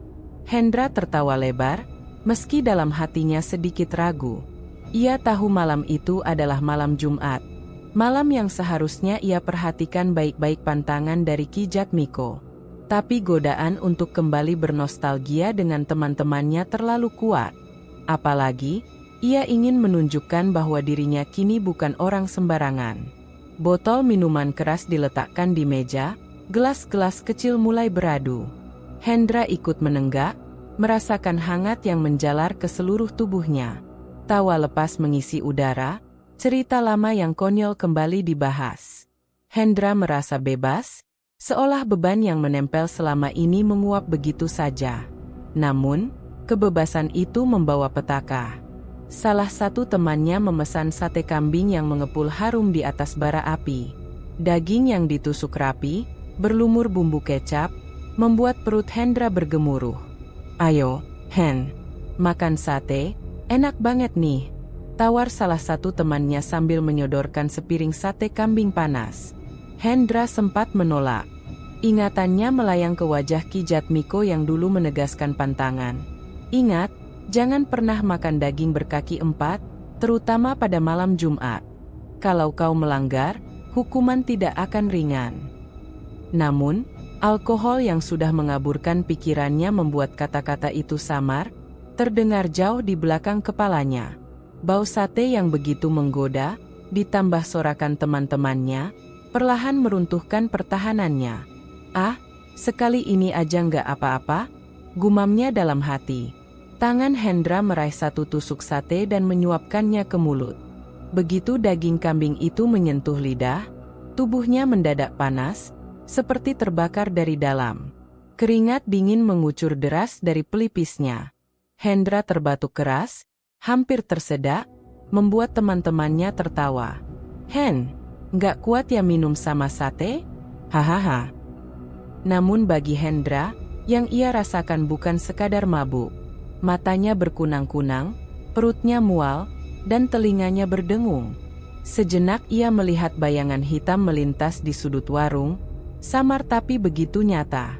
Ia menjatuhkan tusuk sate dari tangannya, terhuyung ke belakang. "Ada apa, Hen?" Salah seorang temannya mencoba menahan tubuhnya, tapi Hendra menepis. "Tidak, aku harus pulang," desisnya terbata. Dengan langkah gontai, Hendra meninggalkan warung tenda itu. Hujan yang makin deras mengguyur tubuhnya, membuat pakaiannya basah kuyup. Tapi panas yang menjalar di dalam tubuhnya tak juga mereda. Ia berjalan sempoyongan, rasa takut mulai merambati hatinya. Setibanya di rumah, Ratna yang sedang duduk di ruang tamu terkejut melihat keadaan suaminya. "Mas, astaga, kamu kenapa?" Hendra hanya menggeleng, wajahnya pucat dan penuh keringat. Ia langsung masuk ke kamar, melemparkan tubuhnya ke kasur. Ratna mencoba mendekat, tapi Hendra menepisnya kasar. "Jangan tanya apa-apa, biarkan aku tidur." Malam itu Hendra terlelap dalam tidur yang gelisah. Mimpi buruk menghantuinya.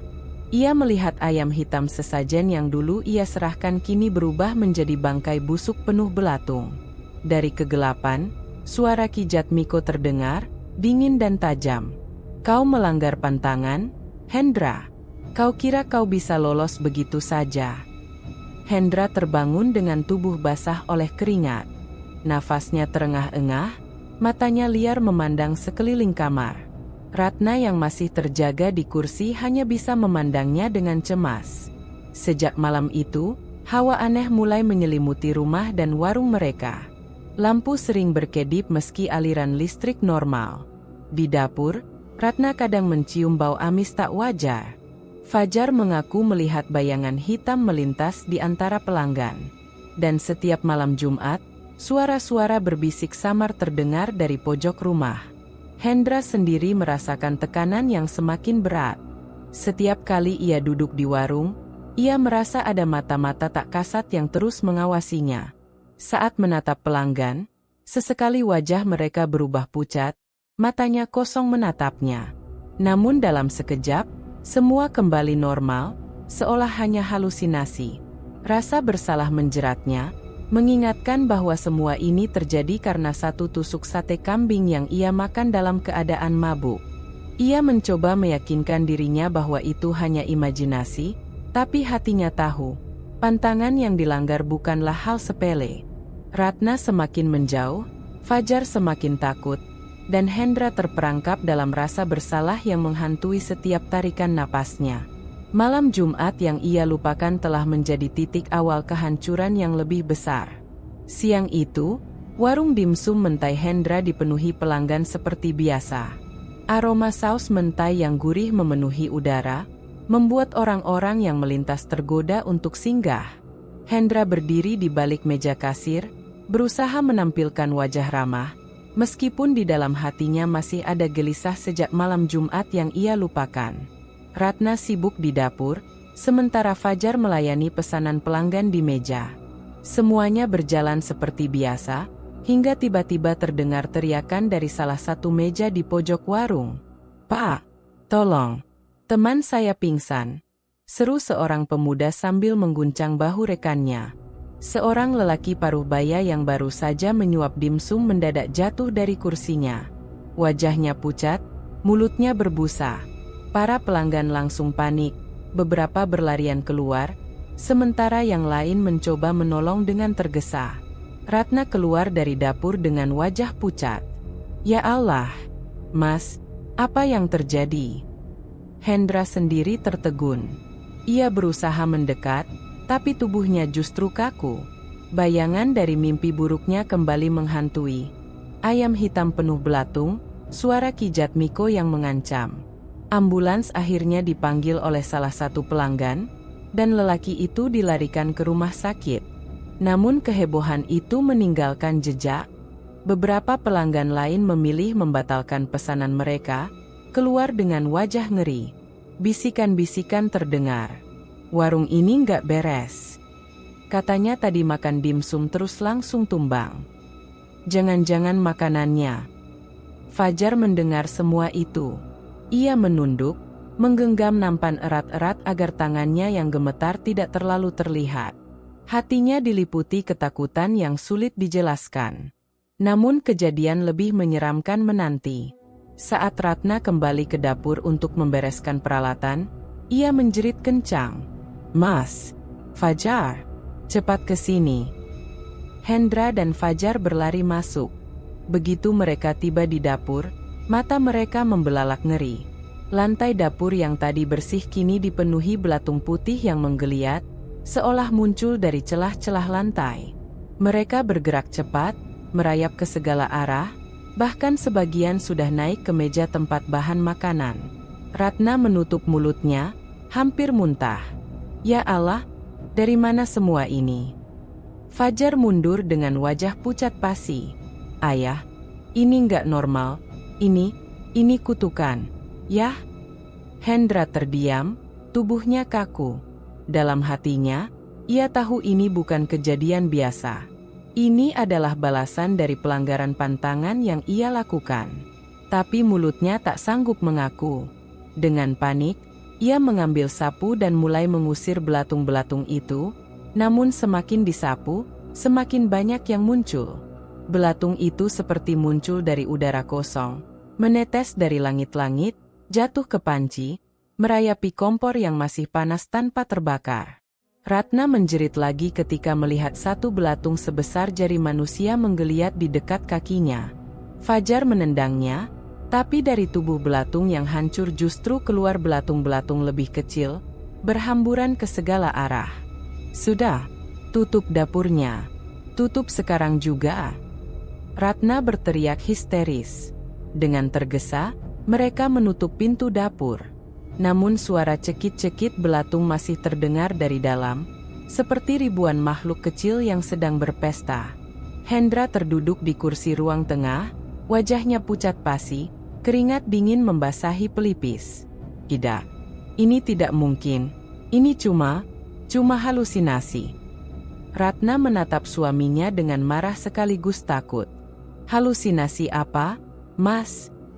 Aku lihat sendiri. Itu bukan normal. Apa yang sebenarnya kau lakukan? Hendra terdiam, menggenggam kepalanya. Suara Ratna bagai gema yang menusuk telinganya. Ia ingin berteriak, ingin menjelaskan, tapi juga takut jika kebenaran terbongkar. Fajar berdiri di samping ibunya, wajahnya pucat dan penuh keringat. Aku udah bilang, ya, sejak beberapa minggu lalu warung ini nggak wajar. Aku lihat pelanggan dengan wajah aneh. Aku dengar suara-suara di dapur, dan sekarang, ia menunjuk pintu dapur yang masih bergetar halus. Belatung itu nyata. Hendra bangkit, berjalan mondar-mandir, mencoba menenangkan dirinya. Ini cuma ujian. Iya, ujian, semua usaha pasti ada cobaannya. Kita nggak boleh panik.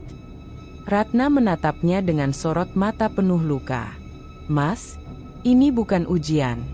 Ini pertanda buruk. Lihatlah, pelanggan pingsan, dapur dipenuhi belatung, ini sudah melampaui batas. Aku takut. Mas, aku takut kita semua akan kena musibah. Suasana rumah itu dipenuhi ketegangan. Dari dalam dapur, suara belatung masih terdengar, bercampur dengan suara aneh seperti bisikan samar. Fajar merinding, merasakan bulu kuduknya berdiri.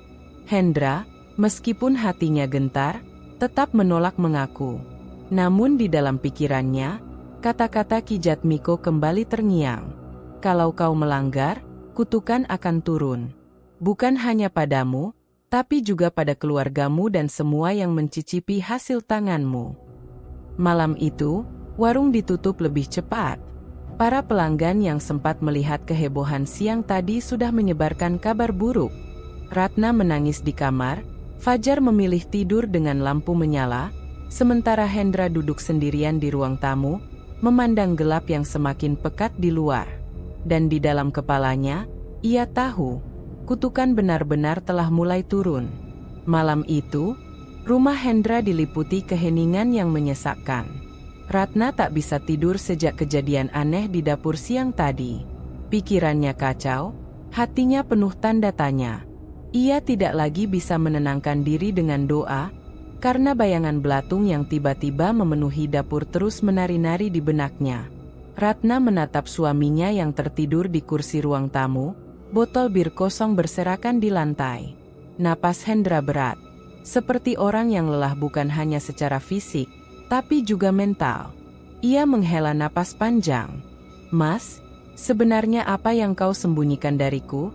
Gumamnya lirih, sambil menghapus air mata yang tak henti jatuh. Tak tahan lagi dengan rasa curiga, Ratna berdiri. Kakinya melangkah pelan ke kamar kecil di ujung rumah yang jarang dipakai. Ia tahu Hendra sering masuk ke ruangan itu malam-malam, kadang keluar dengan wajah pucat, kadang dengan bau dupa menempel di pakaiannya. Pintu kamar itu tak terkunci. Dengan hati-hati, Ratna mendorongnya. Bau menyengat dupa yang sudah padam langsung menyergap hidungnya. Lampu redup menyinari ruangan penuh benda-benda aneh. Dupa terbakar setengah, mangkuk kecil berisi darah kering, dan kertas-kertas lusuh berserakan di meja. Ratna melangkah mendekat, tangannya bergetar. Ia menemukan sebuah buku catatan, penuh tulisan tangan Hendra. Halaman-halaman itu berisi mantera dan instruksi aneh. Sesajen ayam hitam setiap bulan, jangan makan daging kambing di malam Jumat, darah harus segar sebelum tengah malam. Matanya membelalak. Tangisnya pecah seketika. Ya Allah, Mas, apa yang sudah kau lakukan? Tak hanya itu, di sudut meja ia menemukan sebuah kotak kayu kecil. Dengan ragu, ia membukanya. Di dalamnya, tersimpan jimat dari kain hitam berlumur darah kering, terikat dengan rambut manusia. Ratna menjerit kecil, buru-buru menjatuhkan kotak itu. Jantungnya berdegup kencang. Saat itu juga, Hendra tiba-tiba berdiri di ambang pintu. Wajahnya kusut, matanya merah karena mabuk dan kurang tidur. Ia menatap Ratna dengan sorot tajam yang membuat istrinya merinding. "Apa yang kau lakukan di sini?" Suaranya berat dan dingin. Ratna berbalik, menatap suaminya dengan mata penuh air mata. "Mas, jadi ini semua? Ini alasan kenapa warung kita ramai mendadak? Semua kesuksesan ini dari pesugihan." Hendra terdiam, rahangnya mengeras. Ia tahu rahasianya sudah terbongkar. "Kenapa, Mas? Kenapa kau tega menyeret keluarga kita ke jalan setan seperti ini? Aku lihat dengan mataku sendiri, catatanmu, jimatmu, semua kebusukan ini." Ratna menangis, suaranya pecah. "Diam, Ratna!" Hendra membentak. "Kau tidak mengerti. Semua yang kulakukan ini demi kalian. Demi masa depan kita. Apa kau pikir mudah membangun usaha dari nol tanpa modal besar? Aku tidak mau seumur hidup kita jadi orang kecil." Ratna mundur beberapa langkah, tubuhnya gemetar. "Demi kami? Demi anakmu? Mas, apa kau tidak lihat? Justru gara-gara semua ini, rumah kita dipenuhi kutukan. Belatung di dapur, pelanggan sakit, suasana mencekam. Kau buta, Mas. Kau buta karena ambisi sendiri." Pertengkaran itu membuat Fajar terbangun. Ia keluar dari kamarnya, melihat kedua orang tuanya berhadapan dengan wajah tegang. "Ibu, Ayah, apa yang terjadi?" Ratna langsung memeluk Fajar erat-erat. "Nak, dengar ibu, kita harus pergi dari rumah ini. Kita harus kabur sebelum semuanya terlambat." Hendra melangkah maju, wajahnya penuh amarah bercampur panik. "Jangan bawa anakku. Fajar tetap di sini. Dia penerusku." Kata-kata itu membuat Ratna membeku. "Penerus? Apa maksudmu, Mas?" Hendra menyadari ia hampir terpeleset bicara. Namun lidahnya terlalu berat untuk menarik kembali. "Ki Jatmiko sudah bilang, pesugihan ini butuh penerus. Kalau aku tidak ada, Fajar yang akan." "Cuk!" Ratna menjerit, matanya merah membara. "Kau sudah gila, Mas. Aku tidak akan biarkan anakku jadi tumbal pesugihanmu." Tangisan Fajar pecah. Ia menatap ayahnya dengan wajah ketakutan. "Ayah, kau benar-benar ikut pesugihan?" Hendra menunduk, tak sanggup menatap mata anaknya. Namun keheningan itu justru menjawab semua keraguan. Ratna menguatkan diri. "Besok, aku akan pergi. Aku akan bawa Fajar jauh dari sini. Aku tidak peduli lagi dengan warungmu, dengan uangmu, dengan segala hasil haram ini." Hendra jatuh terduduk, wajahnya menutupi kedua tangan. Untuk pertama kalinya, ia terlihat benar-benar rapuh. "Jangan pergi, jangan tinggalkan aku. Semua ini kulakukan karena aku takut miskin. Aku takut jadi tidak berguna." Tapi Ratna sudah mantap. Baginya, lelaki yang ia cintai dulu sudah hilang, digantikan sosok yang dikuasai ambisi dan ketakutan. Malam itu, Ratna dan Fajar tidur dalam kamar yang terkunci rapat, sementara Hendra terpuruk sendirian di ruang tamu, dikelilingi bau dupa yang menusuk dan bayangan dosa yang kian nyata. Malam itu hujan turun deras di Bandung, menyapu jalanan yang lengang. Angin berhembus kencang, menimbulkan suara gesekan dari atap seng warung dimsum Hendra yang mulai lapuk. Warung itu terlihat asing, seakan tidak lagi menjadi tempat penuh kehidupan, melainkan sarang kegelapan yang menyimpan rahasia busuk. Hendra duduk sendirian di dapur, menatap kosong ke arah panci besar yang biasa dipakai memasak. Bau anyir menusuk hidungnya, padahal panci itu kosong. Tangannya gemetar, peluh dingin membasahi wajahnya. Ia tidak bisa berhenti teringat pertengkarannya dengan Ratna semalam. Istrinya mengancam pergi, anaknya sudah mulai membenci. Dan yang lebih menakutkan, ia tahu dirinya sudah melanggar pantangan pesugihan. Tiba-tiba, dari sudut dapur, terdengar suara seretan pelan. Hendra menoleh. Matanya terbelalak. Sesosok bayangan hitam, tinggi dan besar, muncul di balik tirai dapur. Wujudnya samar, seolah terdiri dari asap pekat. Matanya merah menyala, menatap langsung ke arah Hendra. "Tidak, jangan ambil aku." Hendra berbisik lirih, mundur perlahan. Bayangan itu melangkah maju. Suara langkahnya berat, seperti tulang retak setiap kali kakinya menapak. Ruangan terasa semakin sesak, udara semakin panas. Api kecil tiba-tiba menyala di kompor padahal tidak ada yang menyalakannya. Hendra menjerit. Ia meraih ember berisi air dan menyiram kompor, tapi api tidak padam. Justru semakin membesar, menjilat panci dan meja kayu. Asap hitam mengepul cepat, menutupi langit-langit warung. Di luar, Ratna dan Fajar yang sejak sore memilih menginap di rumah tetangga mendengar suara ribut. Ratna buru-buru keluar, melihat warung mereka sudah dilingkupi asap tebal. Api menjalar cepat, meski hujan deras mengguyur. Fajar menggenggam erat tangan ibunya, wajahnya pucat ketakutan. "Bu, ayah masih di dalam," katanya gemetar. Ratna ingin melangkah mendekat, tapi lidahnya keluh. Api itu bukan api biasa, warna merahnya terlalu pekat, dan setiap jilatan terasa seperti mengeluarkan suara bisikan aneh. Tetangga-tetangga mulai berdatangan, berteriak panik, mencoba mengambil air untuk memadamkan api. Tapi setiap ember air yang disiram justru membuat api semakin liar, seakan menolak untuk padam. Di dalam, Hendra berlari panik ke pintu dapur. Namun setiap kali ia hampir mencapai pegangan pintu, bayangan hitam itu muncul lagi, menghadang dengan tatapan menyala. Suaranya bergema, seperti ribuan bisikan bersatu. "Kau melanggar janji, kau melupakan pantangan, kini, saatnya kau membayar." Hendra terjatuh, tubuhnya lemas. Api tiba-tiba menyambar tubuhnya, tapi bukan dari luar. Panas itu muncul dari dalam dirinya. Ia menjerit sekeras-kerasnya. Kulitnya memerah, lalu melepuh. Darahnya mendidih. Dari matanya keluar cairan hitam yang menetes ke lantai, mengeluarkan bau busuk yang menusuk. "Aark!" Teriakannya menggema sampai keluar warung. Ratna menutup telinga Fajar agar anaknya tidak mendengar suara mengerikan itu. Air matanya jatuh tanpa henti. "Ya Allah, ampunilah dia," bisiknya, meski hatinya hancur.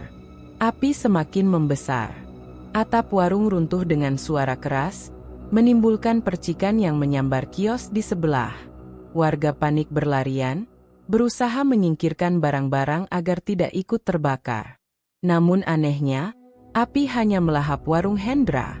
Bangunan di sekitarnya tetap utuh, seolah ada kekuatan yang memastikan hanya tempat itu yang harus musnah. Di dalam kobaran api, Hendra masih meraung. Tubuhnya mulai retak, seperti arang yang pecah. Dari mulutnya keluar asap pekat bercampur darah. Bayangan hitam itu berdiri di atasnya, lalu perlahan masuk ke dalam tubuhnya.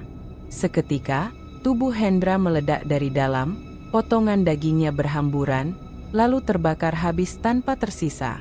Ketika api akhirnya padam menjelang dini hari, yang tersisa hanya puing-puing hangus dan abu hitam.